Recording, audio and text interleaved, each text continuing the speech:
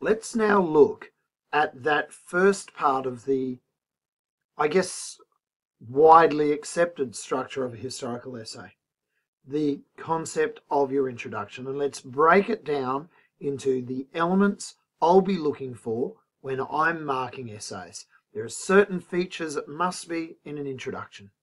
So, what are they? Here we go.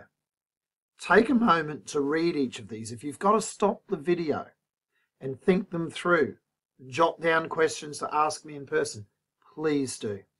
But let's break them down, and I'm going to start with the one that's in a different colour with a red outline because it is just so important. The hypothesis. The hypothesis shouldn't be confused with what we hypothesize about in a science class. Sometimes I feel in history I would have been much happier if we called this hypothesis a thesis statement. There are other videos I've created about hypothesis writing. But broadly speaking, for the purposes of this video, let's summarize a hypothesis as a succinct answer, response, to the task set for you in your assessment. It's the overarching point. We talk about the P, meaning point, in Peel paragraphs that are used throughout bodies of essays. Well, the hypothesis, the thesis statement, is the P, the point, for the entire paper. The Peel paragraphs are all about supporting the hypothesis. Now, there are different types of hypothesis.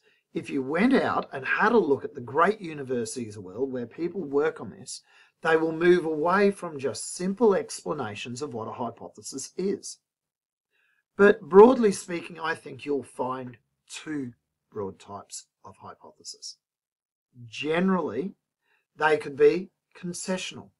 These are statements that concede a point and then steer in a different direction in the answers. Often these will start with a concessional phrase. While, although Stalin made major reforms to the Soviet Union, he was a cruel and brutal dictator. On the one hand, on the other. Although Roosevelt was enormously popular with the general population of the United States, he faced criticism by those opposed to him who challenged him in Congress, who challenged him in the Supreme Court, and so on. So although and while are starter words, even though, words like that concede. Another form of hypothesis often has a because. You're proving something happened as a result of something else.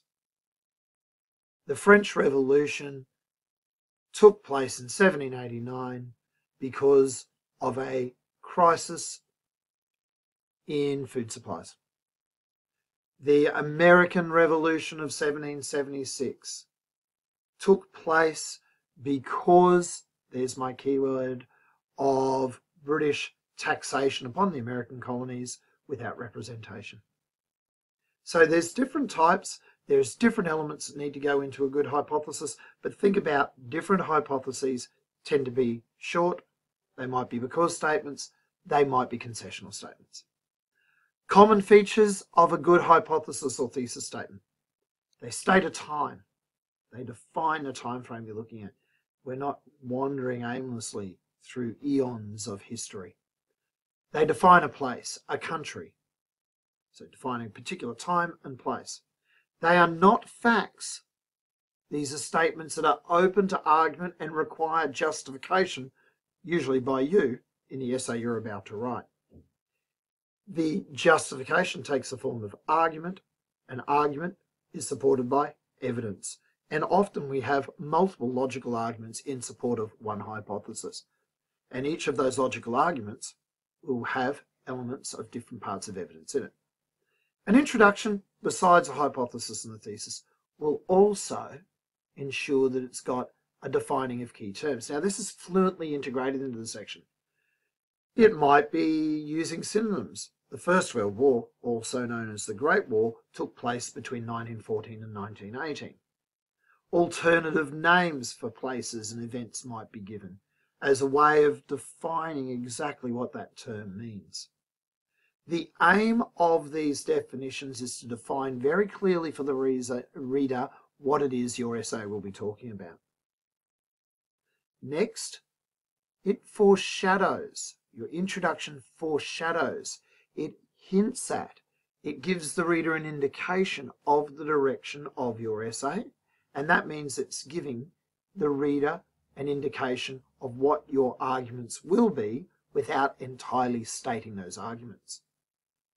Now, when you're putting your arguments and when you're trying to introduce your arguments in the introduction, think carefully about the order in which you'll raise them. What goes first? The most important? The least important? So you end on a strong point. Are you going to mirror the order in your introduction that you put those arguments in? Are you going to mirror that within the structure of your body? It would tend to make sense. Now, make sure that you take a little bit of a look at the note I've got here. The standard historical essay uses evidence in support of argument. A standard historical essay isn't exposition.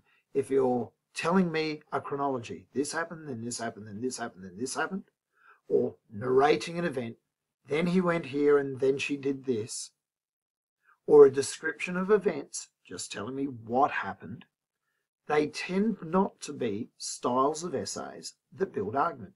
Therefore, they're not very good historical essays. They might be reasonable parts of historical writing in a school textbook, which might set out to tell students a storyline, a narrative. It might be something that would belong in one of our resources we use in class, but it's not an essay. The historical essay is building argument in support of a hypothesis. Now, while you're doing those three elements, the hypothesis, thesis statement, defining key terms, foreshadowing the direction and arguments of your essay, you will also find opportunities to introduce background information that helps your reader to understand your topic just a little bit more. And that's what I mean by contextual and background information. Let's have a look at this example. Hit pause if you like. Read through it. It's an introduction I wrote a year or so ago as an example for a task that no longer exists. See if you can find the various elements I'm talking to in here. There is an introduction. There is a hypothesis, definition of terms, some contextual information, and a series of arguments that are being foreshadowed. I'm going to hit pause myself, take a moment to drink. Please do that yourself now, and then let's see what's in there. Well, I hope you've been able to identify some of the features of an introduction in this paragraph. In yellow, hopefully you can see the hypothesis, the thesis statement, the statement that's going to be supported with evidence and arguments throughout the body of the essay. You'll see, fluently, hopefully, integrated into the writing, a definition of key terms. In an oral presentation, you might actually say, before I can progress, talking in first person, I need to define a number of key terms.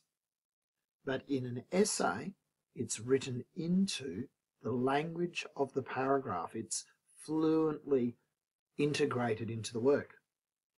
Hopefully you've been able to identify the ideas that are going to be supported by different paragraphs. Hopefully you can spot that one of the things I'm going to argue is that larrikins reflected a rebellious expediency in political culture. I've not explained all those words yet. That's what the body's for. I talk about how the larrikin pushes functioned in a social context of violence, alcohol and abuse and sexualised behaviour reflecting the society of their time. So there's two arguments. I've not gone into the detail of it. I've given enough to foreshadow it. My reader knows hopefully where I'm going. And the third argument, the larrikins and the female larrikins, donnas, reflected harsh economic conditions for white working class people that prize strength and success through tough labour.